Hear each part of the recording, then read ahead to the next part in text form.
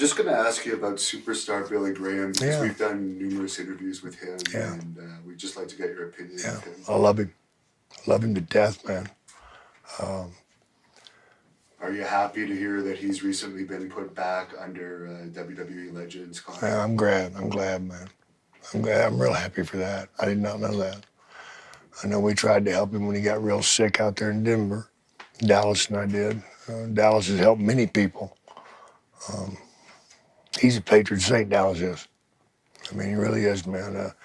Not only wrestlers, he's helped so many people, man, with the DDP yoga and stuff. And it works, and it's for everybody. But for Billy to get back in there, man, I am very, very happy. I know he needs it. Needs it desperately. You know, when your health goes, man, fuck, so do your pockets. Because, you know, Canada's got the U.S. on that shit. You know, because it takes a pretty shiny penny to provide health care for yourself. You know, and Vince getting away with calling us independent contractors. I fucking know how the fuck. But anyway. Superstar Billy Graham's another guy that he has a GoFundMe going because he's in a lot of physical pain and he needs an operation. What's your opinion on his place in wrestling history? Superstar Billy Graham was an inspiration, you know, and was almost like he would be. I would liken Superstar Billy Graham to being like the Gorgeous George was of the '50s. Billy Graham was that of the '70s.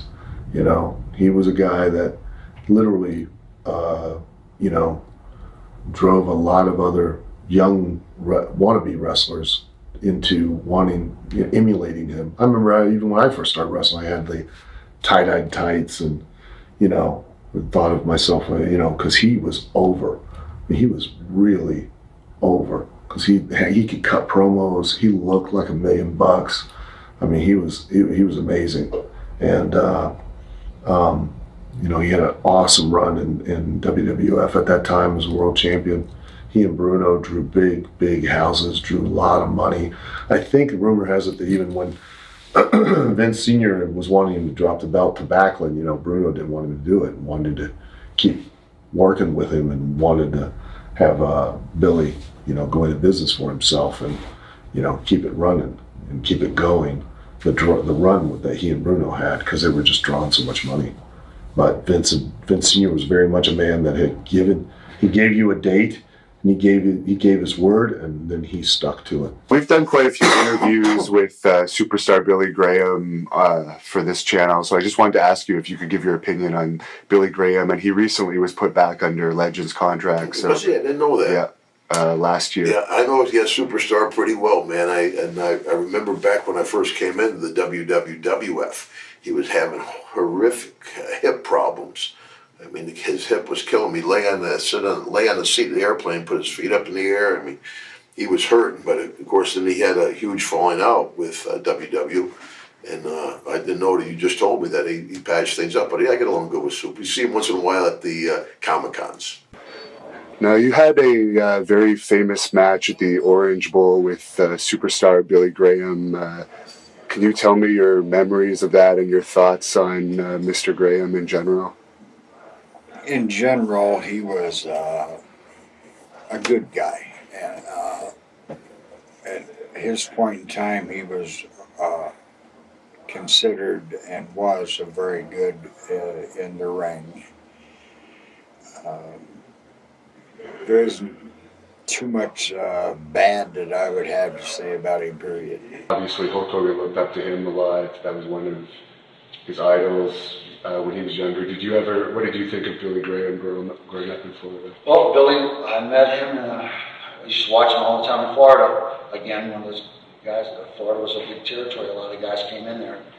And Hulk and I would go meet Billy, and so I would watch him work out in the gym. I remember he was just huge, massive. And he would take us down to the local buffet. It's called Morrison Cafeterias, and treat us to a meal. You know, was like, back then it was probably like $7. And, and it was just all you can eat. You get a big tray this big and you go down the line, and boom, boom, boom. And you just keep coming back, and because we were short on cash those days. Throw that python up there, brother. Throw that python up there, brother.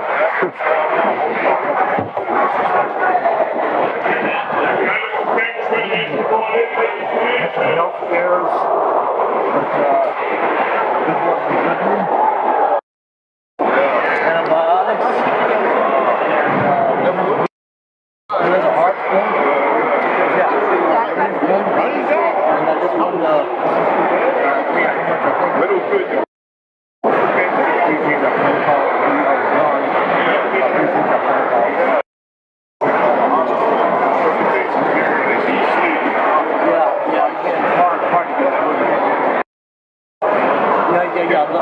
Heart congestion. Devin, right here, Devin, yeah. Me. Oh, brother, man. Yeah, they would put me through that intensive care. Okay. They say he's sleeping, and other times the doctors will do it twice I call. Yeah. Because I got your That's it, yeah, they were scanning all the calls. And I was telling them that there's a really important call from them. And my liver cramped out. I had to score the up to the Hulk. No, but we're going to the Hulk call. We're going to hit through. I said, yeah, of course we're going to the Hulk. Nobody else is up to I read his email. It was very Oh, yeah, brother. Oh, yeah. I'm good, man. I'm good. I'm very proud that I have a big partner in my life. Oh, really? We know you with the big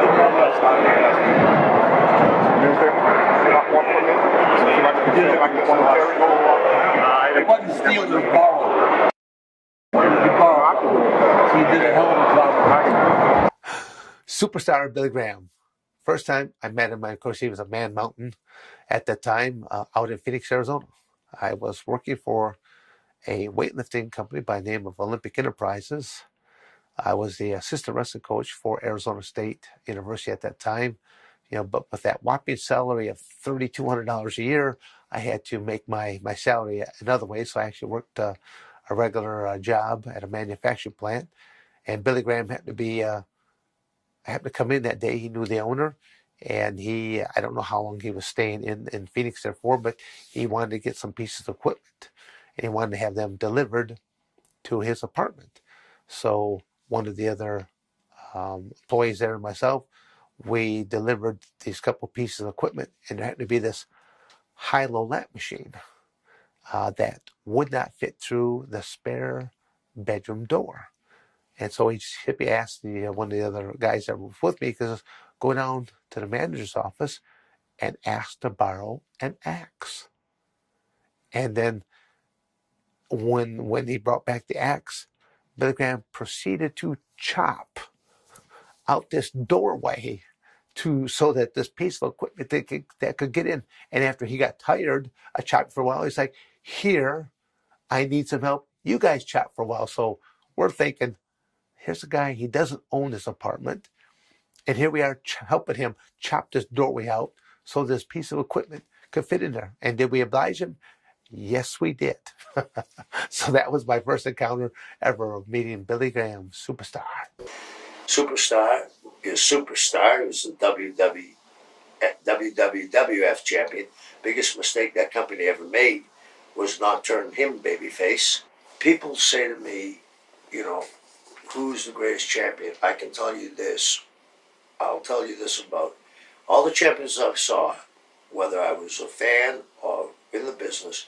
The one that impressed me when he walked out of the dressing room was Bruno Sammartino. If I had landed here in this country and didn't know anything about wrestling, they said pick out the world heavyweight champion was Bruno. But for charisma, nobody had talked like Billy. I mean, Dusty stole it from Billy. They were very close. They talked all the time. Bob Dylan, he referenced Bob Dylan a lot. But Superstar, there's that pose of Superstar in the red long tights with his arm. His arm looks like it's 42 inches. You know the one I'm talking about? And then that other one where he has the belt and he's ripped. He had won a Mr. America contest. Yeah, he won Best Arms. Yeah, and his interviews. And then what happened was the people were turning him.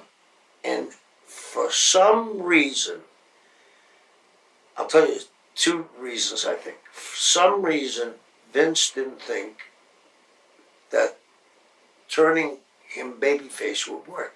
Yet he had turned babyface's heels and had a lot, drew up money. You know, Zabisco and Bruno. Superstar, to me, nobody could ever rap like he did in that era. Nobody looked like him until Scott Steiner. And the people loved him. The reason why I think he didn't go with them was Vince wanted to get away from Jack Briscoe had drawn a lot of money. He wanted to get away from the ethnic champion. Pedro and Bruno had the belt a long time between the both of them. And he saw what Briscoe could do, and he put Bob Backlund in that position. And he surrounded Bob with, bull rope matches with Dusty Superstar, Jimmy Snooker, Don Morocco. I think Billy Graham could have been, at that time, bigger than Hogan was. Nobody was going nationwide yet. But Billy could have been, they did it in Miami. He came down and wrestled Holly Race for an hour. A lot of people don't understand that Billy could work too. He got away with a lot of his pose and a lot of other things. But that was the time. I think He liked being a babyface too, on top of that. Yeah, and I think of all the mistakes I've ever seen, money-wise, that flew away, that was it. Because he holds the record for most consecutive sellouts in Madison Square Garden, 19 out of 20. And the only one that didn't sell out was against Peter Maivia, and that was only a little bit shy of selling out. So Yeah. it would have definitely continued on. And working with him in Florida, any specific memories or stories from that? Yeah, when we turned him babyface. I mean, the famous thing where I go to slap the valet, the lock, and he grabs my hand. Well, when I threw that chair at him, and he didn't even have to cut. I threw that chair out, and we hung him up. Fonzie, who's the referee, we all know Fonzie, came and jumped on my back. He was so pissed. And he had started, he had the bald head then, but he started to morph into the old Superstar. And if you look back at those pictures when he's in the desert, you can see it's Superstar, except he doesn't have the blonde hair anymore. I think that Hulk Hogan stole 80% of his shtick from Superstar Billy Graham. Yeah, because The Billy pythons. actually did the cupping of the year too, and the shirt rip. Yeah. He just didn't do it every match. Yeah. But, And the brother. brother Billy was a preacher. And he got into that. The brother, I think. And he coined the term superstars, wrestlers, and now everyone's called superstars. I never thought of that. You're absolutely right. Absolutely right. And I always thought Billy was way ahead of his time, but there should have been a match. Just think of the poster, him versus Hogan, face to face. They wouldn't have it. But Hogan wouldn't have wanted it. No, and I don't think he would wanted Billy around either. No. Because Billy looked like a bodybuilder. Hulk was muscular, but he was no bodybuilder. And Billy, I mean, he was an amazing, amazing specimen. And Billy actually helped Hogan get started as well. Yeah. Helped him get booked, and he was one of the first wrestlers to talk to him. Because you probably know about this, so I may as well ask you about this now. I guess you were probably around when Hogan was hanging out at the Rocket matches. Lounge? Yeah, he used to play at the Rocket Lounge, guitar, and he came to the matches. And I think him and Billy struck up a friendship because where Billy lived in Tampa, he lived in those apartments that was close to a very famous Smith shim. Harry Smith was Junior Mr. America in 1948, and Harry still he's 92 and he still looks like an athlete. And Hogan was hanging around Billy, and they became friends. And, I'm sure Billy was the one that said, bleach your hair blonde, and the rest is history.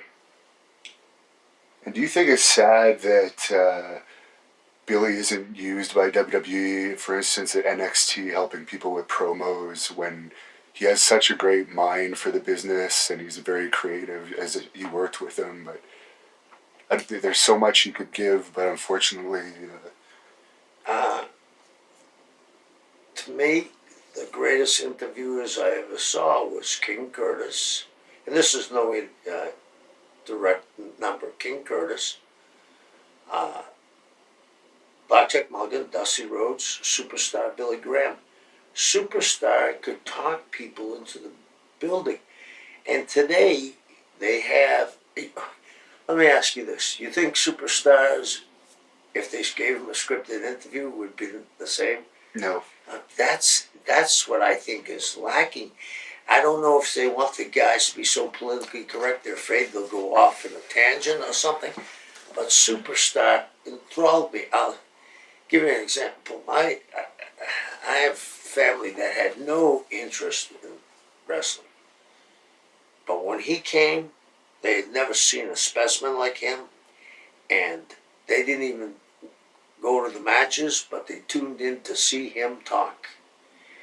And I don't care how you get the asses in seats.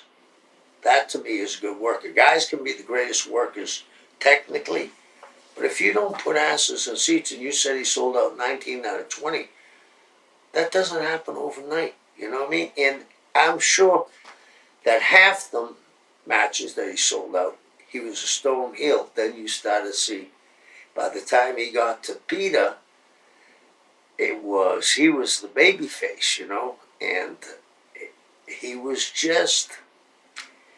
I could see how a guy could go in depression with this, that he's so talented that they don't use him. I don't know why. I mean, we're sitting here today, and people say, well, we don't hear the interviews anymore.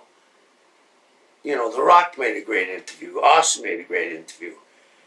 I don't see those same interviews. I think Cena's done a wonderful job being the face of the franchise. Looks like Roman Reigns is going to be the next one. But they don't have that interview that Billy once had.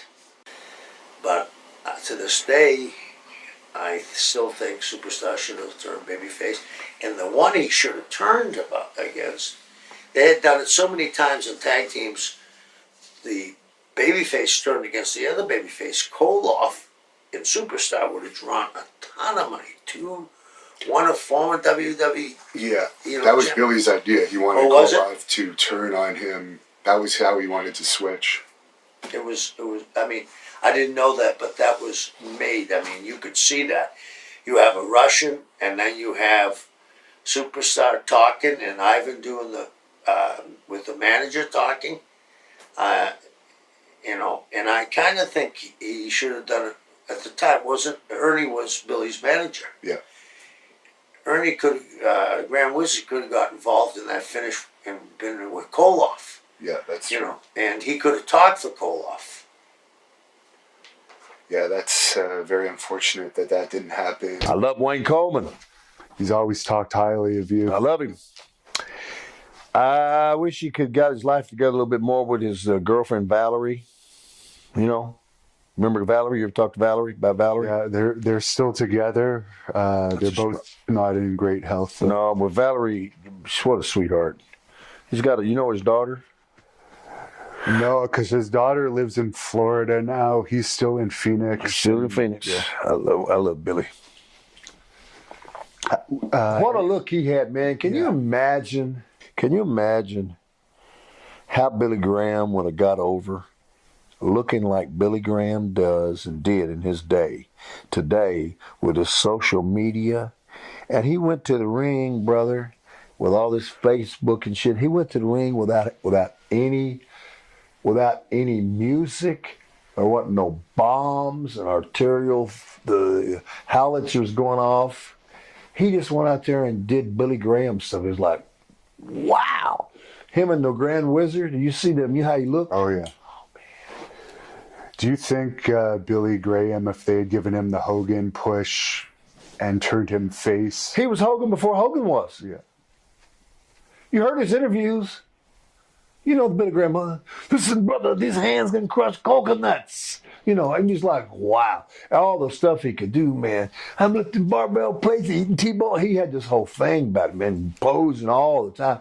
He had the rap down, man. He could write you. I mean, Billy, I'd had him on my radio show. He said, Hillbilly, I'm going to write up a little thing for you. Write me up a little thing, and I'd say it. He'd say it over there. It was great. You know, some of that limericking and rhyming like you do like Muhammad Ali. Yeah. Sure, he could have got over.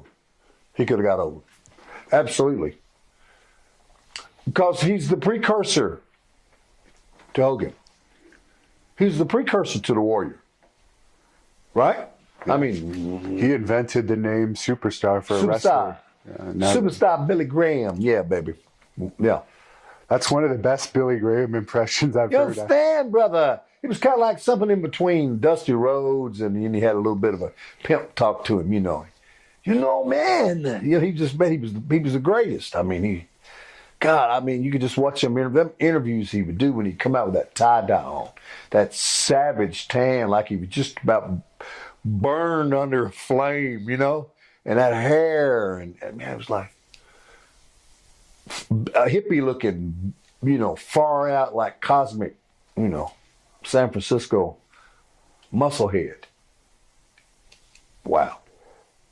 How did you guys end up gravitating together? Billy had came back into the company after he'd had hurt. He'd had a couple of injuries and stuff, and he needed a little help, you know. And they brought him back. Vince brought him back. His hip was bad and everything. And he come back, and man, I was delighted because I'd never been around Superstar Billy Graham, and I know the deal on him was fabled.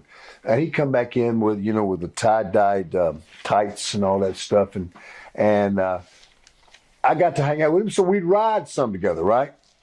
He'd say, hey, I'd take him in the car with me, or we'd get the car together, me, him, and somebody else, and we'd get to ride. Me and Blackjack Mulligan were big buddies, you know. We like to go, when we go out to to Arizona, Billy would take us out, and Blackjack would take us out to the real, authentic Mexican restaurants, where they only spoke Spanish. I mean, out was some little dive thing. It was unbelievable. So, Wayne and I would talk, and we'd talk about working out, and we'd talk about his days in Calgary, and we'd talk about this, that, and this, that, and this, that. And I just loved him, and he was hard grind on him when he come back because, you know, he had his time had about come, and then one night he posted up some guy, and he picked him up, and that hip popped out through his leg, man, just about to come out, you know. And they had to take him to the hospital and do all that surgery to him. This was before the liver and everything, you know. And so, but I just wanted to be around him more and more. And I enjoyed him because he had that jive about him that I love, and I kind of like to go back with it too. I like to talk trash too. Both of us have a little bit of fun, and those were the things that we would talk about, and I'd pick his brain about this. You know, man, yeah, man, brother, let me tell you. You know, and of course, Billy's a very talented young man. I mean, great artist. You know, and he knows a lot about stuff, reads about stuff, he's hip to stuff. You know, you see, man, get them big old hands and he talk, you know. And I was just kind of guy that would just I wanted to learn all that stuff, you know. And some of my funniest trips was getting him and Dusty. What can I say about the Superstar? He's been a million places and done a million things. And, you know, he went from some young kid here in Arizona playing football and weightlifting to being in pro football and going up and getting stretched by Stu Hart. And then Billy's been on the forefront of bodybuilding with Arnold Schwarzenegger and muscle magazines. When I was a kid, you know, trying to break into the wrestling business, I would see Billy on the cover of the magazines and see that body he had. And then to go through all the health problems that he's gone through and still be out here kicking and being Superstar Billy Graham is really something fascinating, and another great guy that I have nothing but admiration for. We don't spend a lot of time together. We never did. We were just saw each other in passing, but we knew the same people, and we knew how bad some of those people were and how good some of the others were. Did he kind of coin the phrase superstar for a professional wrestler? Was he the first person to use that word? As far as I know, yes, he was. And to say superstar Billy Graham, you know, a lot of people who weren't in the wrestling business thought it was the actual preacher Billy Graham, but it wasn't. It was just a name that the Grahams gave him, and he picked it up and went with superstar. And it's worked very well for him. I mean, it's a household name. When you say superstar Billy Graham, everyone in the wrestling business, everyone that's a fan of pro wrestling for the last 40 years knows superstar Billy Graham. I'm friends with Billy Graham, and he told me that there was a story regarding some jewelry store in Kuwait that you guys visited that he said I should ask you about. Did he really? Did he remember that? Yeah. This is. I'm going to tell you this story, but okay. So yeah, he and I hung around the whole time together. We worked out together, went to the gym together. He was great. I love Billy, and so we decided we're going to go out to the mall one day. Okay, so we get a ride or something out to the mall, and it's crazy. It's not like malls. Not like malls in America. I mean, if there were, let's say there were 40 or 50 stores there. Let's say there were 50 stores in that mall. Well, 40 of them were jewelry stores. I mean, it's Kuwait, right? I mean, and gold was like about, I don't even remember, maybe about 1/4, maybe 1/5, maybe 1/10 the cost of what it was in America, because it's a rich country, right? Right. And so we're walking around all these places, and Billy goes, "Hey, let's see." And the further we walked, the bigger the crowd began to kind of gather all around us. And because we don't understand what they're saying. I mean, in my mind, all I hear is haka haka haka hamada hamada hamada hamada haka. You know, I'm like, Billy, what are they even saying? He's like, I don't have a clue. And we go into this jewelry store, and you know, we're up looking at this cabinet, and the next thing we know, we're like pinned against the cabinet, and we're like, what the heck? I kind of look at Billy. I mean, we can't really turn. What's going on? So we just kind of like try to edge ourselves around and look, and the place is like wall to wall, like we're like two sardines in a sardine can. And then outside the window of the store is like another 8 or 10 rows of people. And it's in my mind, I thought, this must be what like gorillas feel like when we're all peering at them through the glass, and you know, at a zoo. We felt like we were in a zoo, and then Billy just like he lost it, and he's like, I mean, I don't even remember what he said, but the place like emptied out like a Chinese fire drill, man. Like, you know, these two big guys, yeah, like they were gonna, I don't know, but yeah, it was crazy. But I thought, this is what it must be like, you know, to be an orangutan or a gorilla in a zoo or something. Anyway, yeah, but Billy cleared the place out in a nanosecond. I'm sure he must have been hilarious in Kuwait. Oh my God. Yeah. No, he was, and him and I would go up to the rooftop every day, and you know, got to get our tan on, right? So we go up and do our sunning up on the rooftop of the hotel every day, and yeah, great memories with Billy on that tour. Billy Graham was he was the kind of guy that came in at a time when the old school was kind of going away a little bit, and then there was a new era starting. And Billy was a great, I guess you'd call him a showman. You know, during the interviews, very colorful character. And in fact, Hogan and some other guys stole a lot of stuff from, you know, what Billy Graham used to do. But Billy Graham in the ring was, you know, colorful guy, big guy, and if you hit him, man, he was moving and going, and he was a good showman. Do you think it was a mistake when they took the title from him when he was so hot and put it on Backlund? Well, I do, because I know I was there at the time, and I knew what the story was. And that's one of the things that really led to the big feud with me and Bruno in Shea Stadium was the fact that when Backlund beat Billy Graham and wound up with the belt, the heavyweight champion of the world, in the eyes of the fans in those days, was Bruno. You know, that gorilla guy. And Backlund, who was a good guy and a great athlete, but he looked like a little kid.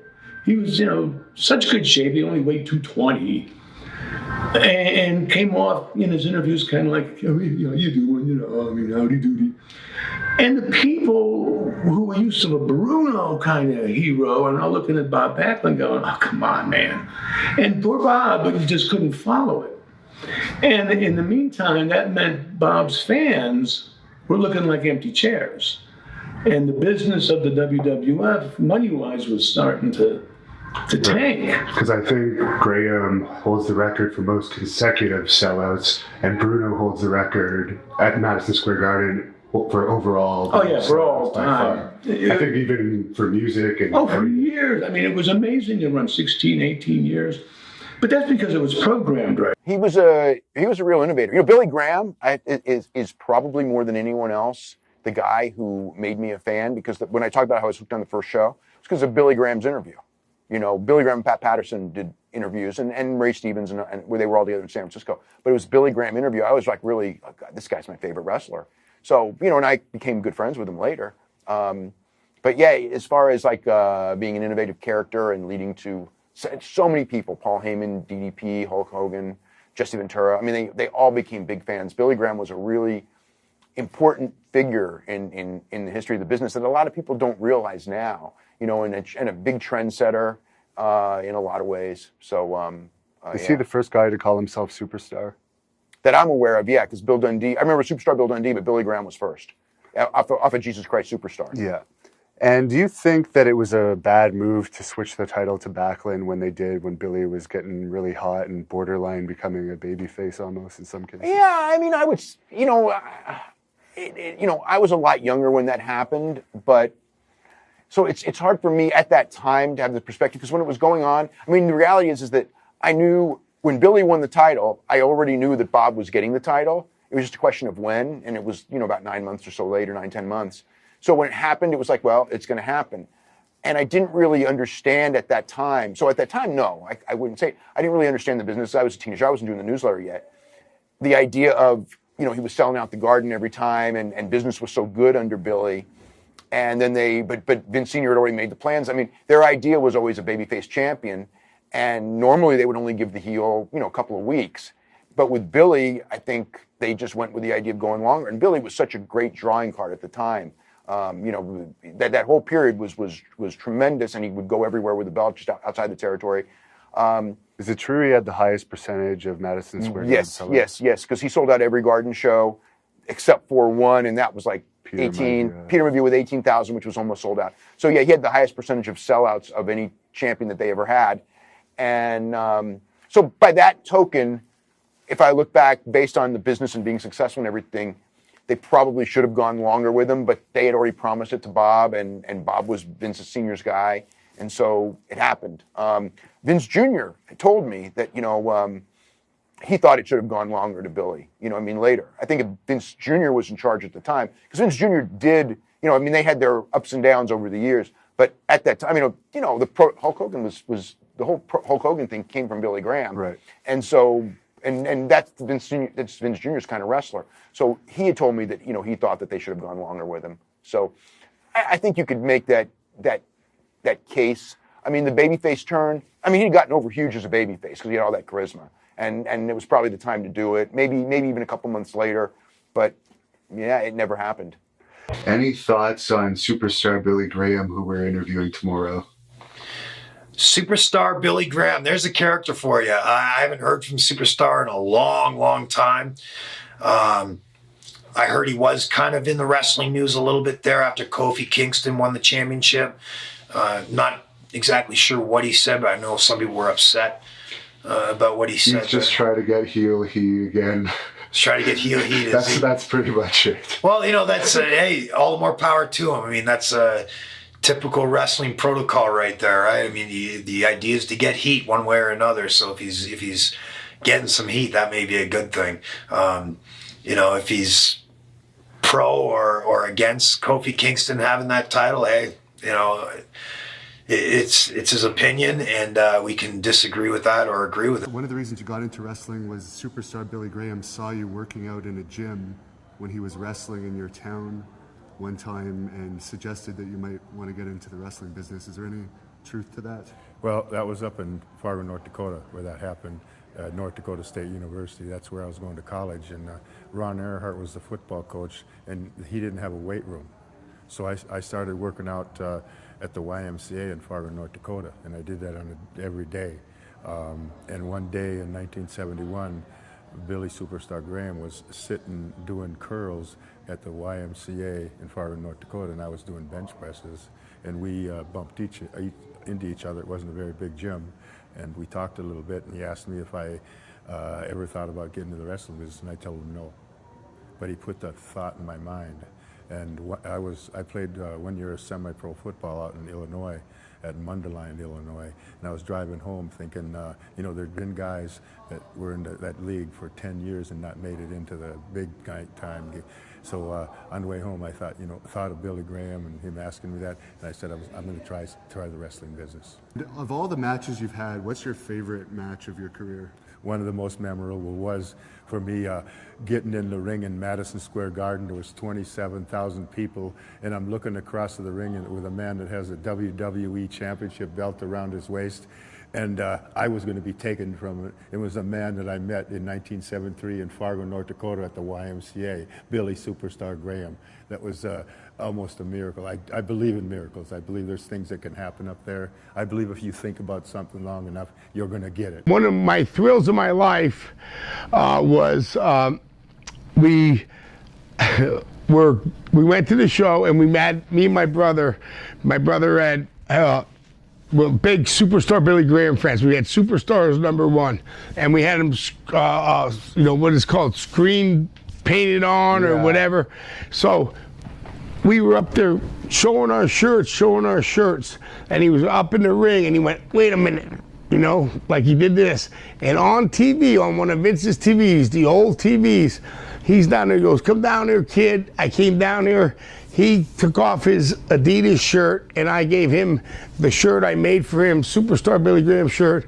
He took it and put it on, and I was so amazed. It's on television on one of Vince's old shows, and I wish I could find that. I would like to ask Vince if I could have that, because that's when I was a real little kid, and I was so excited. And you know what? When I put it on, the shirt draped me like it was like a wedding, not a wedding, but a sleep, like a sleep thing. And then, 25 years later, now I can't even fit into it. Not that I'm more muscular than Billy Graham, but I got a little bit fatter, I got a little bit bigger. Not a damn thing don't even fit. I'm ready to call him and say, "Send me a 5X instead of a 2X, damn it." Now, on that subject, I've done 3 interviews with Billy Graham, and I became pretty good friends with him. He always says he could have been a great babyface if they had turned him babyface, and a story like that makes me think that as well. What's your opinion on if they'd made him babyface? Yes, he had to talk, he had to get the gab. You go through the different characters of the different ages of pro wrestling, and the guys that could talk, and the guys, that weren't so great on talking. Like, not on his later years, but like Bob Backlund. He wasn't great at doing interviews in the beginning, but at the end when he became crazy, Bob Backlund, now you can't shut him up. Well, that's his real character, so it was easy. But you come on, the American Dream, Dusty Rhodes. There ain't no better than him. Ric Flair, there ain't no better than him. But so I would say yes, they definitely could have made him babyface. Billy Graham, you said you wrestled him. I'm pretty sure I'm good friends with him. Do you have anything to say about?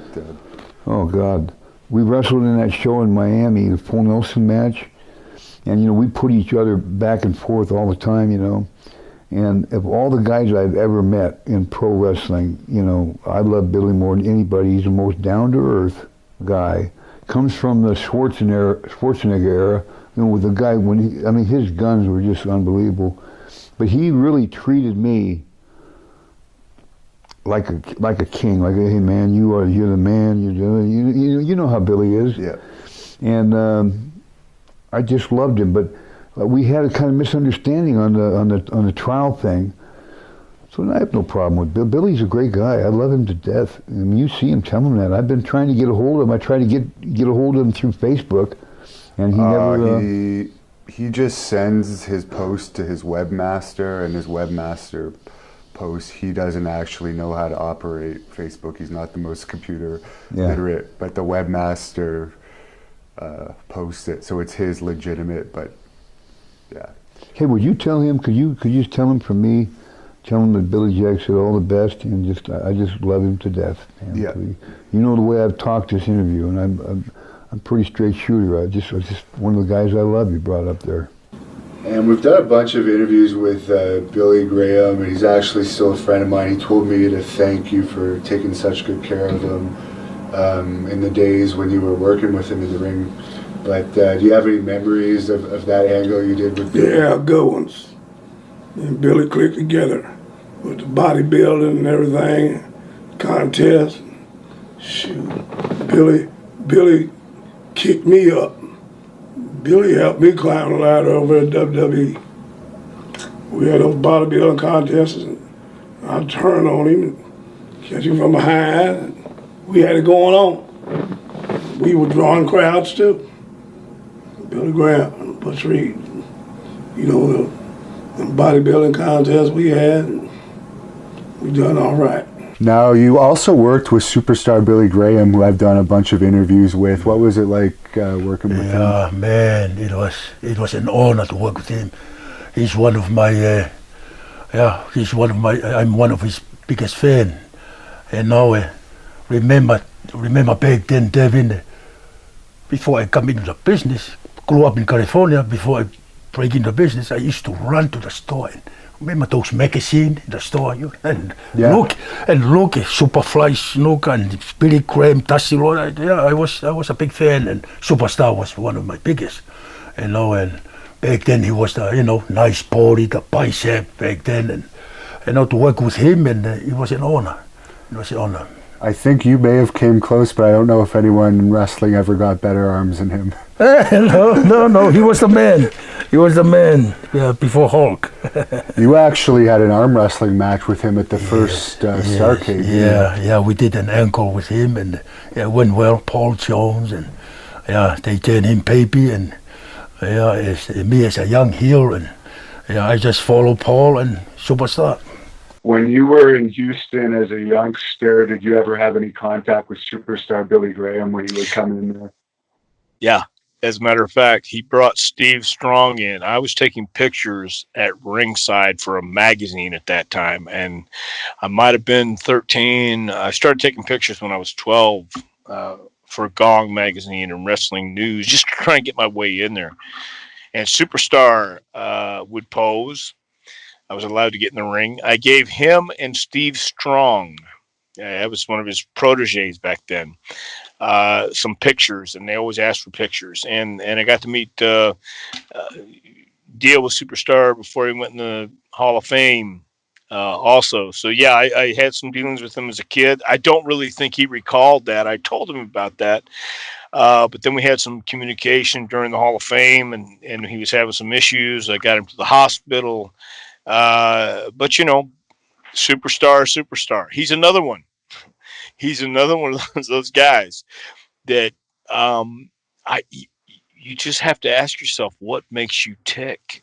And a story Dream told me one time. He said he just picked up Superstar's bag. They were waiting at the Ramada, getting ready to go to the garden, and Dream just took his bag and slung it into traffic for no reason, just as a rib, stuff like that. So, those guys did crazy shit like that, and they had a good time. But Superstar was certainly he was ahead of his time, and he was the guy that Hogan and Ventura and everybody wanted to copy. So he grabbed their attention. That's something.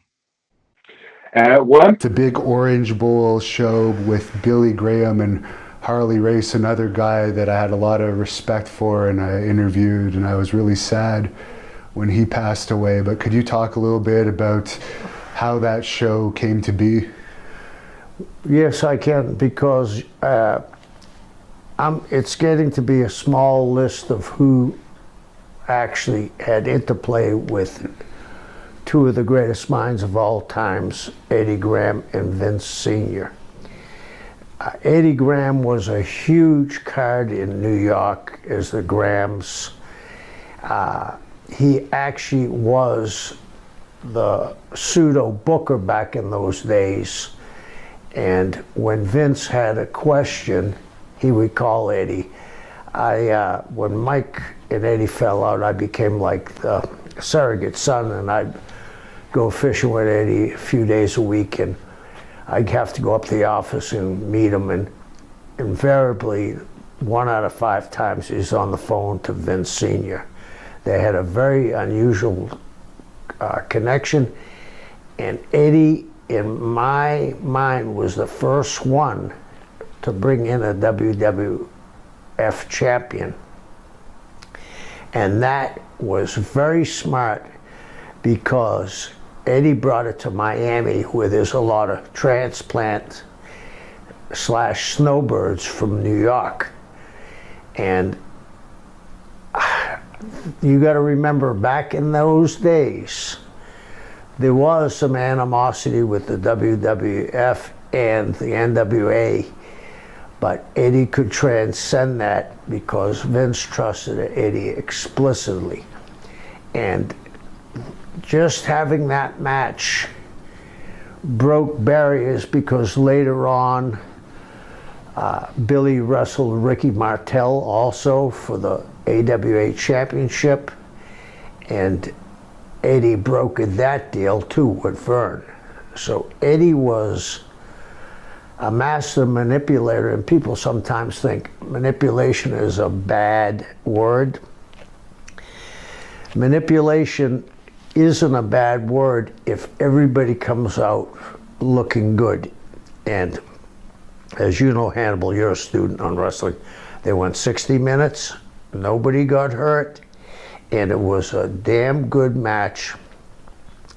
Billy's a dear friend of mine, like he is yours, but he wasn't the performer in ring that Harley was, because Billy didn't have to go hours. Harley went a lot of hours, and Harley and him had a great match, because Billy put his ego aside and listened to Harley, and they had a fabulous match.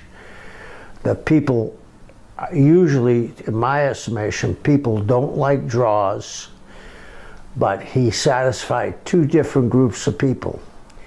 He satisfied the people in Miami who were snowbirds, and he satisfied the people in Florida and the South that they went to a draw and they could have left it open. I always thought that Vince was going to bring a return match to maybe Shea Stadium. I won.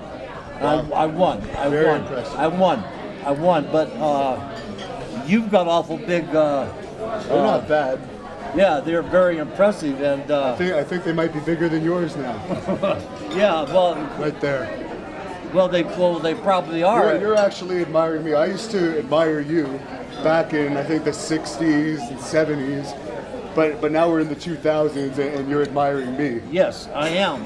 Just like everyone else in the wrestling business.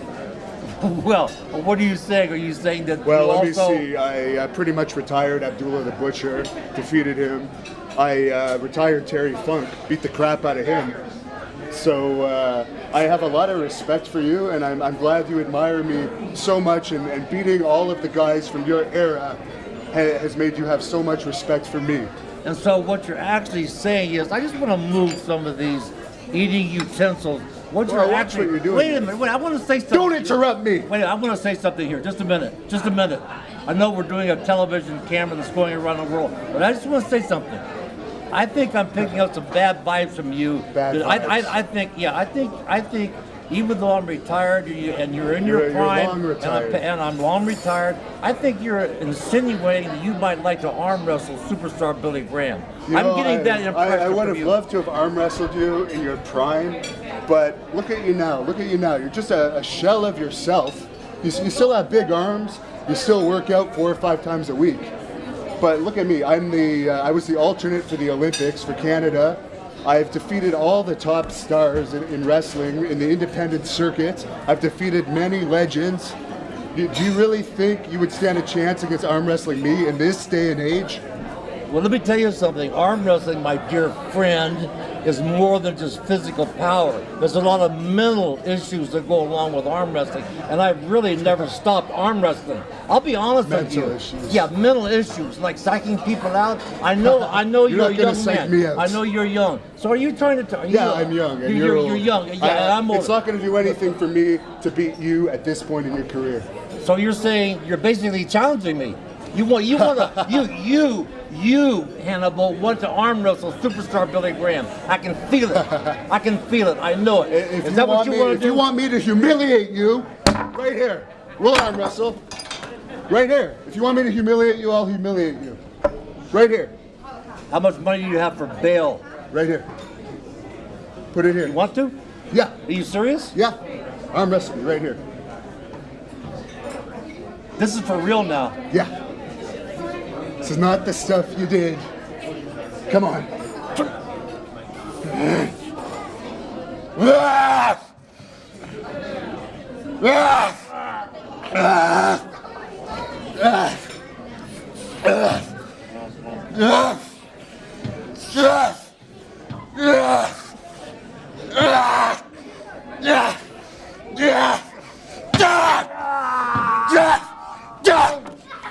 Fine. How do you like that?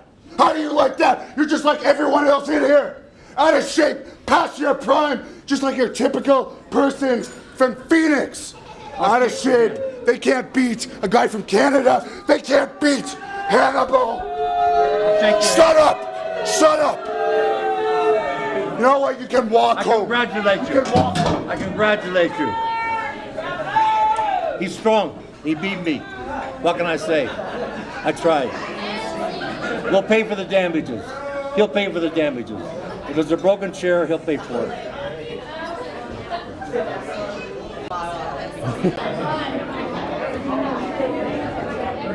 Oh, Jamie is Doing the rest.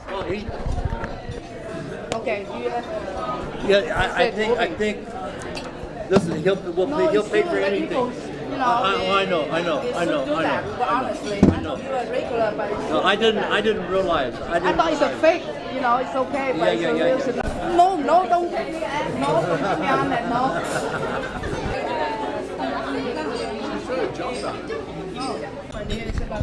Yeah, no, he'll pay for any damages. Yeah. Yeah, he'll pay for the meals. He'll pay for the meals. I agree. With a very big tip. With a very big tip. Money. Yes, he'll pay for everything. He'll pay for it. He'll pay for it. I think maybe we should. Just probably leave. Billy Graham, he has a lot of health issues. It's very sad. He doesn't have help from WWE paying for those medical issues. His own medical insurance covers some of his health issues, but not all of it. So he does have a GoFundMe going. If you go directly to GoFundMe, the GoFundMe pages, and you type Billy Graham, you will be able to find him. There you go. Thank you for watching the Hannibal TV. Please like this video if you enjoyed it, and click the subscribe button to not miss any of our latest shoot interviews, match videos, or news updates. Support us on patreon.com for $1.99 a month to watch our full shoot interviews ad-free and help our channel grow. Follow us on Twitter at the Hannibal TV for instant updates.